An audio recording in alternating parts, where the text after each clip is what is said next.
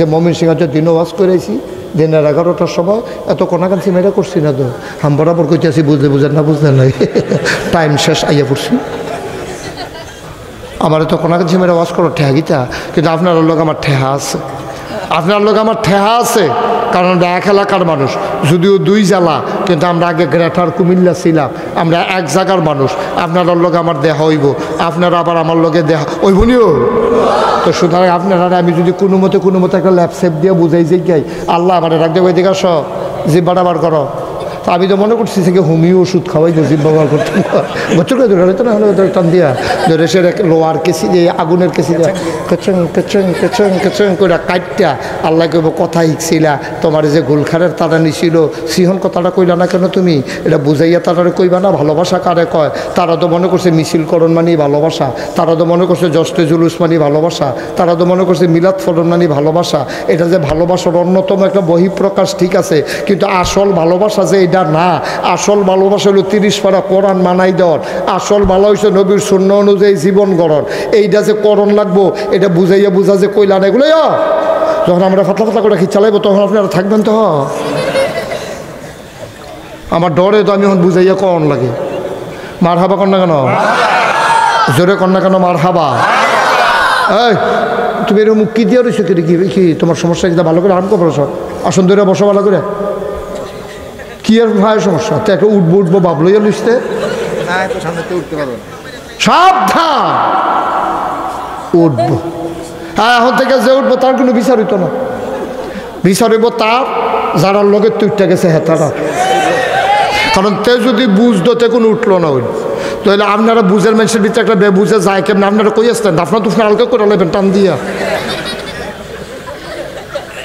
যার লোকের তে যারা তে উঠবো তারা 4-5 জনের বিচারে বসারে গুল দিয়ে কারণ চিনি এমন একটা জিনিস এটা ইচ্ছা করে খাইলেও মিডা তারে বান্দার একটা সামিজ দিয়ে আড়া দিয়া কোনো মতে জিব্বাত লাগাই দিলে কি তিতানা মিডা চিনি এটা ইচ্ছা করে খাইলেও মিডা তারে কন্যাইয়া খাওয়াইলেও মিডা ওয়াজ এমন একটা জিনিস তো ইচ্ছা করে শুনলেও তার সোয়াব তারে বান্দার একটা ফালার লোকে ফিসমরা বান দিও সহনাই দিল তার সোয়াবই হইব সোমান আল্লাহ না কেন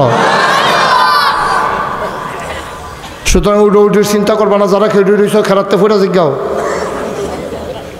এই ওয়ালের লোক ওয়ালটারে ঠেললে তোরা কই নিস আলগা তাইয়া বস ওয়ালটারে ঠেলতে আছে এখনো আমিন বলো জোরে বলো ও মুসলমান আবার খেয়াল করো সিদ্ধান্তে চলো পৌঁছে যাই আব্বা আপনারে মানি এটা যেমন আব্বারে মানা হয় না নবী আপনারে মানি এই কথা বললেই মানা হয় না আল্লাহর বিধান অনুযায়ী নবীর তরিকা অনুযায়ী জীবন চালানো এইটা হইল আল্লাহকে প্রকৃত মানা এইটা হইল নবীর মহব্বত নবীকে মানা ঠিক কিনা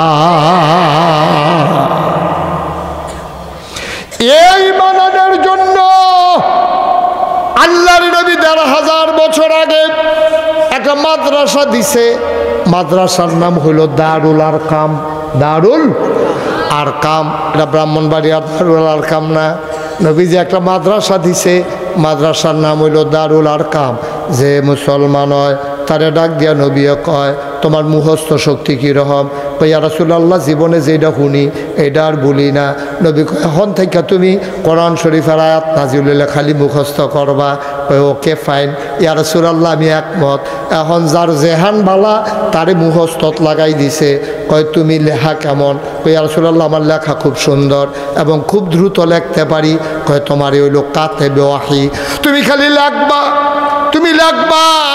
তুমি কাতেবে ওয়াহি এই হিসাবে তুমি লিখবা তুমি ওহি লিখবা তোমার এই দায়িত্ব দেওয়া হইল আসেন তুমি লিখবা এটা তোমার দায়িত্ব তুমি মুখস্থ করবা এটা তোমার দায়িত্ব কয় ফিটাফিটি তোমার কাছে কেমন লাগে কয় লাডি ফেলে খালি ফিরতাম মনে কইলে তুমি অস্ত্র চালান শিখবা এখন মুসলমানরা ভাগ কইরা কেউ অস্ত্র চালান শিখাইছে কেউ মুখস্থ করাইছে কেউ দিয়া ওহি লেখাইছে নবী আমরা ভাগ কইরা দিয়া রে এই মুসলমানদের প্র্যাকটিসিং পারফেক্ট মুসলমানে পরিণত করে দিয়েছে এই মুসলমানগুলো এখন সোনার মানুষ, যেই মানুষগুলা রাস্তার মোড়ে আরে আগে দাঁড়াই থাকতো ডাকাতি করার জন্য, এখন রাস্তার মোড়ে এখনও দাঁড়াই থাকে, এখন আর ডাকাতি করার জন্য না, এখন দাঁড়াই থাকে কেউ ডাকাতি করে কিনা পাহারা দেওয়ার জন্য। মাত্র 23 বছর, কয় বছর? মাত্র 23টা বছরে নবী একটা বৈপ্লবিক পরিবর্তন তৈরি করে দিল। যেই মানুষগুলা রাস্তার মোড়ে দাঁড়াই থাকতো ডাকাতি করার জন্য, এখন এই মানুষগুলা 23 বছর পরে রাস্তার মোড়ে মোড়ে দাঁড়াই থাকে কেন? কয় তাহা পাহারা দেয় কেউ ডাকাতি করে কিনা দেখার জন্য। সুবহানাল্লাহ বলবেন। আমরা তো তারারে বংশধর। এই দেহের ভিতরে আবু বকরের রক্ত, এই দেহের ভিতরে উমরের রক্ত।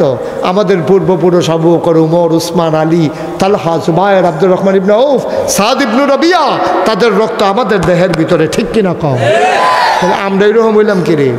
তারা 23 বছরের সোনার মানুষ হয়ে গেল গা, তারাও তো ফিটাফিটি, তারা কি ভালো মানুষ আছি? তারা ফিটাফিটি করছে না। আবু উমরের হাতের মাইট খাইছে এমন কোনো বেড়াইতেছে, কথার আগে মুহের আগে কথা চলছে, উমরের ঠাস করে ঘুষি দিয়া যেই ডর দেখাইছিল আবু জাহেল, এটা কি কইলে তা?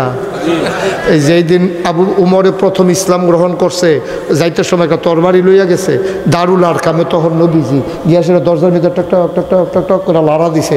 নবীজি কইছে কাম কারার এরা চাচ্ছেন, এক সাহাবা উঠটা সুহি দিয়া চাইয়া দেহে উমরের কপালো গাম, চোখটি বড় বড়, গাল দি লাল, উমরের হাতের মধ্যে খোলা তরবারি। উমরে দেখা সেরা বেড়ায় কই রাসূলুল্লাহ সর্বনাশ, মক্কার বীর পুরুষ উমর খালি তরবারি লইয়া খেয়ে রইছে, ঢুকতে পারলো কুবাইয়া তামা তামা করে লাগবে সকলে। এখন কিতা করতা? নবীও চিন্তায় পড়ে গেছে কি করন। নবীর চাচার নাম ছিল আমির হামজা, আরেক বীর পুরুষ। এবার ফালদুরটা সেটা কয় মোহাম্মদ সাল্লাল্লাহু আলাইহি ওয়াসাল্লাম। নবীজি কই ইয়া রাসূলুল্লাহ, চাচায় ভাতিজারে কই ইয়া রাসূলুল্লাহ আপনি আমার অনুমতি দেন আমি গিয়া দরজাটা খুলি।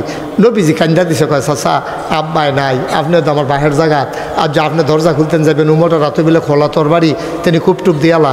কয় টেনশন করো না, খালি আমারও দরজাটা খুলতে অনুমতি দেন, আমি ঢুকতে দরজাটা খুলতে আসি। তার মতলব যদি ভালো হয় ঘরে ঢুকতে পারবো, আর যদি মতলব খারাপ হয় আমার তরবারি লাগতো না। আমি আমির হামজার আল্লাহ এমন ক্ষমতা দিছে, তার হাতের তরবারি দিয়া তার দেহ থেকে তার কল্যাণে আলাদা করে দেওয়ার ক্ষমতা রাখে।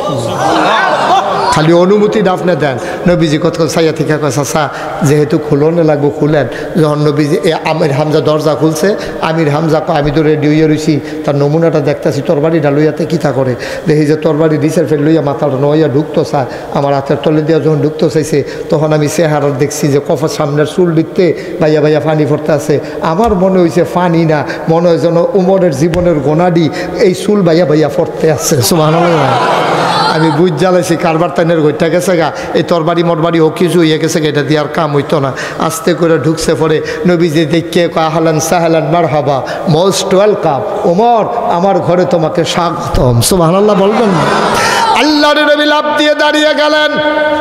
নিজের গায়ের ভিতরে একটা চাদর মুবারক ছিল, চাদরটারে তিনি আস্তে করে বিছাই দিলেন। হযরত ওমর চাদরটার কাছে গিয়া আস্তে করে চাদরটারে লইছে, লইয়া সেরা চুমা খাইছে, চোখে মুখে লাগাইয়া নবীর গায়ের ভিতরে পরাই দিয়া কয়, নবী গো, ও নবী, ওমর বেয়াদব, কিন্তু এত বেয়াদব না যে দুজাহানের বাদশা নবীর চাদরে বসবে। ওমর এত বেয়াদব না। ও নবী,